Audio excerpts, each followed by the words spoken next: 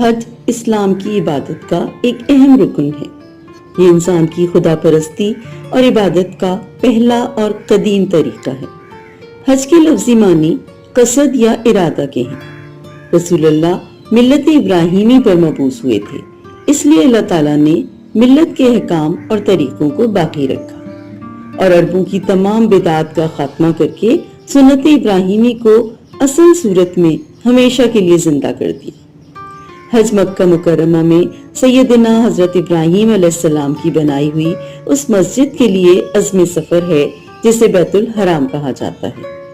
حج کی عبادت دین ابراہیمی کا منتہائی کمال اور اپنے معبود کے لیے مسلمانوں کے جذبہ پرستش کا آخری درجہ ہے۔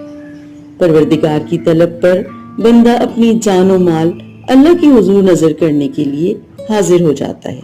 وہ اپنے رب کی خوشنودی کی خاطر دنیا کی لذتوں اور مصروفیات سے ہاتھ اٹھا لیتا ہے، پھر جذبہ قربانی سے سرشار دو انسلی چادروں میں لبیک اللہم لبیک کا ترانہ کہتے ہوئے اللہ کے گھر کی طرف رواں دواں ہو جاتا ہے۔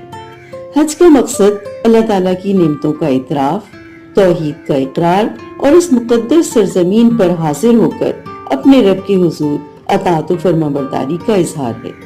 حضرت ابراہیم علیہ السلام اور حضرت اسماعیل علیہ السلام کی عظیم الشان قربانی کی روح کو تازہ کرنے کا نام حج ہے۔ یہ غیر معمولی عبادت ہر صاحب استطاعت مسلمان پر زندگی میں کم از کم ایک مرتبہ فرض کی گئی ہے۔